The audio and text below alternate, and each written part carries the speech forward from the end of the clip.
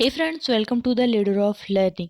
जैसा कि हम लोग जानते हैं कि माध्यमिक शिक्षा मंडल ने दिसंबर महीने का असाइनमेंट को जारी कर दिया है और हमने ऑलरेडी क्लास 12th के इंग्लिश का असाइनमेंट को सॉल्व कर लिया है। इसी सीरीज़ में आज हम सॉल्व करेंगे क्लास 12th के हिंदी के असाइनमेंट को। तो ये आप लोगों का हिंदी के असाइनमेंट का क्वेश्चन पेपर है। तो चलिए एक एक करके सारे क्वेश्चन का आंसर देखते हैं। तो इसमें फर्स्ट क्वेश्चन है, भातृशोक में हुई राम की दशा को कवि ने प्रभु की नरलीला की अपेक्षा सच्ची मानवीय अनुभूति के रूप में रचा है। क्या आप इससे सहमत है? तर्कपूर्ण उत्तर लिखिए।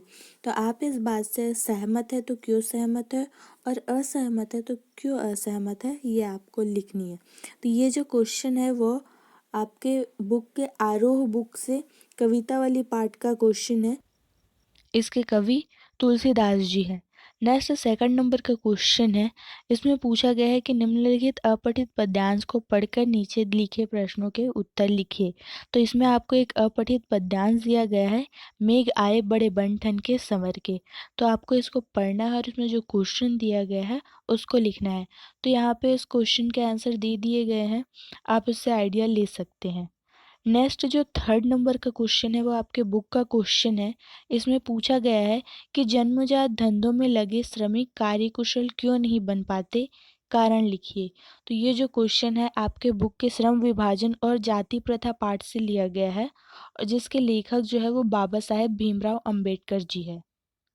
तो इस क्वेश्चन का आंसर कुछ इस प्रकार लिखा जा सकता है कि जिन लोगों को जाति प्रथा के कारण जबरदस्ती अपना काम धंधा अपनाना पड़ता है वे कार्यकुशल नहीं बन पाते हैं। इसका मुख्य कारण ये होता है कि उनके कार्य में रुचि नहीं होती है और वे मजबूरीवश कार्य करते हैं। इसीलिए उनके मन में जो है दुर्भावना व्यक्त हो जाती है और उनकी जो क्षमता होती है उससे वो कम काम करते हैं, क्योंकि वो मन न लगने के कारण उस काम को टालते रहते हैं। यही एक मुख्य कारण होती है कि जन्मजात धंधों में लगे श्रमिक कार्यकुशल नहीं हो पाते हैं। नेक्स्ट फोर्थ नंबर का क्वेश्चन है। इसमें आप लोगों को गद्यांश दिया गया है, उसको पढ़कर आप लोगों को उसमें जो क्वेश्चन दिया गया है उसका आंसर लिखना है।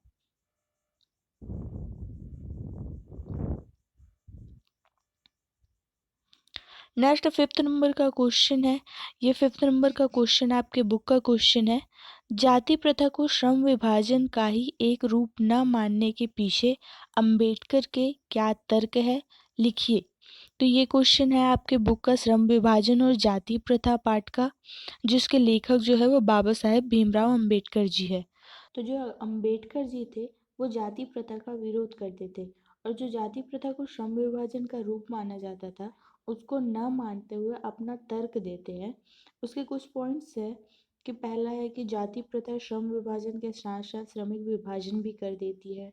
दूसरा, जाति प्रथा श्रमिकों का अस्वाभाविक विभाजन ही नहीं करती बल्कि विभिन्न वर्गों को एक दूसरे की अपेक्षा ऊंच नीच भी करार कर देती है।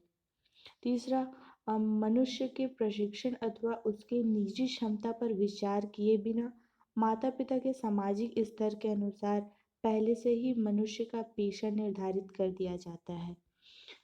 चौथा पॉइंट ये है कि प्रतिकूल परिस्थितियों में भी पेशा बदलने की स्वतंत्रता नहीं दी जाती। ये अंबेडकर जी के कुछ तर्क थे जिसमें वो जो जाति प्रथा है उनको श्रम विभाजन का रूप नहीं मानते थे। तो इस प्रकार से हमने फिफ्थ नंबर के क्वेश्चन को भी कंप्लीट कर लिया है। तो आज हमने ये एक क्लास 12th के हिंदी के असाइनमेंट को कंप्लीट सॉल्व कर लिया है। इंग्लिश के असाइनमेंट का वीडियो अपलोड हो चुका है, आप उसे प्लेलिस्ट में जाके देख सकते हैं। तब तक के लिए टेक केयर, बाय बाय।